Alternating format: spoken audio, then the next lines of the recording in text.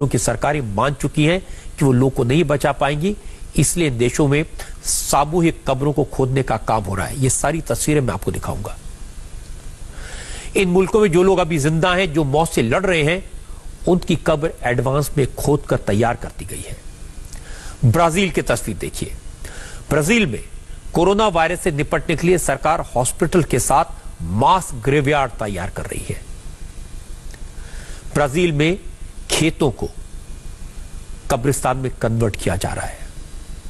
Corona से मरने वालों की लाशों को इसी बड़े इलाके में दफनाया जाएगा।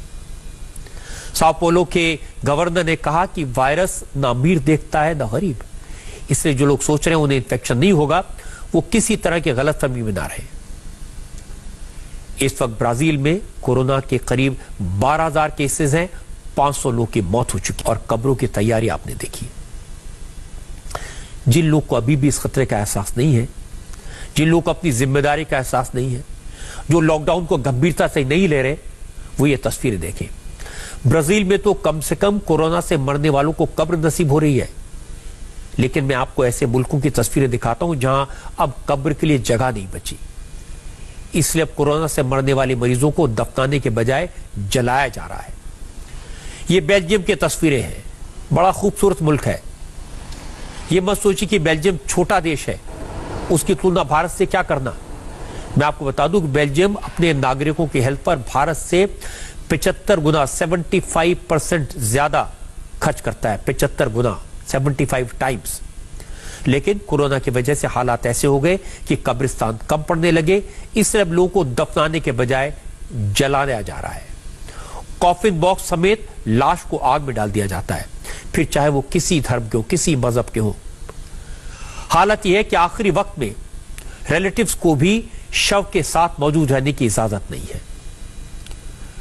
दुनिया भर से जो तस्वीरें आ रही हैं, जो खबरें आती हैं, उन्हें देखकर मन भारी होता है, दुख होता है। लगता है इंसानियत पर कितनी बड़ी मुसीबत आई है। इसके बाद भी हमारे यहां कुछ लोग इसकी गंभीरता को नहीं समझते, तो गुस्सा भी आता है। मैंने आपको बेल्जियम और ब्राजील की तस्वीरें दिखाई। ब्राजील में तो एक बड़े से इलाके को कोरोना में की वजह से कब्रिस्तान बना दिया गया है। इसका नाम रखा गया कोरोना कब्रिस्तान। कब्रें खोदकर तैयार की गई, ये आपने देखा। बेल्जियम में कब्र की जगह नहीं है, ताबूत समेत लाश को जलाया जा रहा है, ये देखा आपने। स्पेन में इसी तरह के हालात हैं। स्पेन में 13,000 से ज्यादा लोगों की मौत हो चुकी है। स्पेन में लाशों को दफनाने के लिए कब्रिस्तान के साथ साथ ताबूत कम पड़ गए हैं। ताबूत बनाने वाली कंपनियां दिन रात काम कर रही हैं, लेकिन उसके बाद भी हर लाश को कॉफिन नहीं मिल पा रहा। कॉफिन बनाने वालों का कहना है कि अगर एक दिन में 30 घंटे होते तो भी ताबूत बनाने के जितने ऑर्डर मिल रहे हैं, उन्हें पूरा करने में वक्त कम पड़ जाता। इन लोगों का अंदाजा है कि आने वाले दिन कितने भयानक होंगे, इसका अंदाजा कोई नहीं लगा सकता।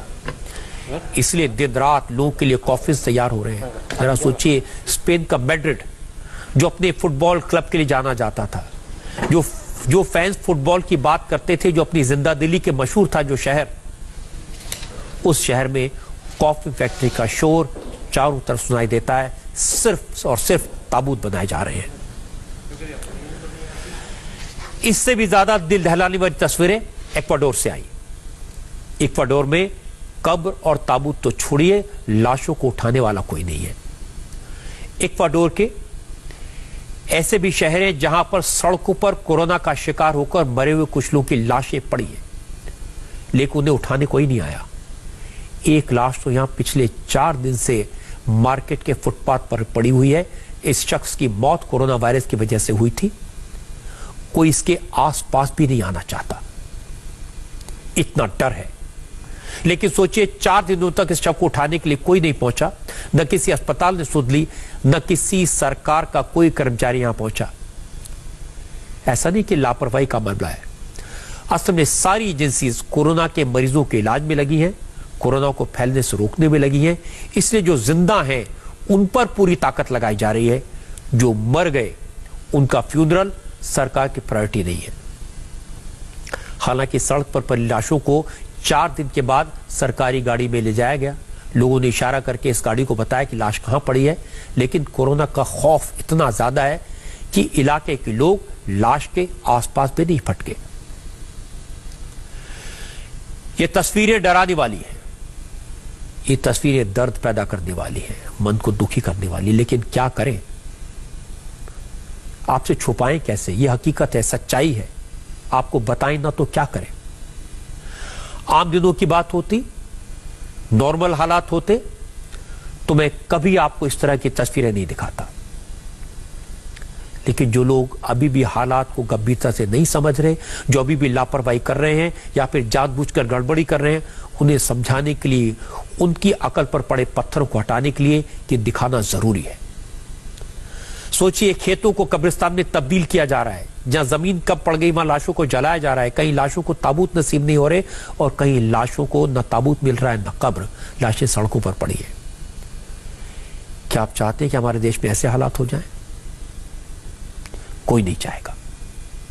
कोई नहीं चाहता कि कोरोना वायरस उसकी चौखट तक पहुंचे।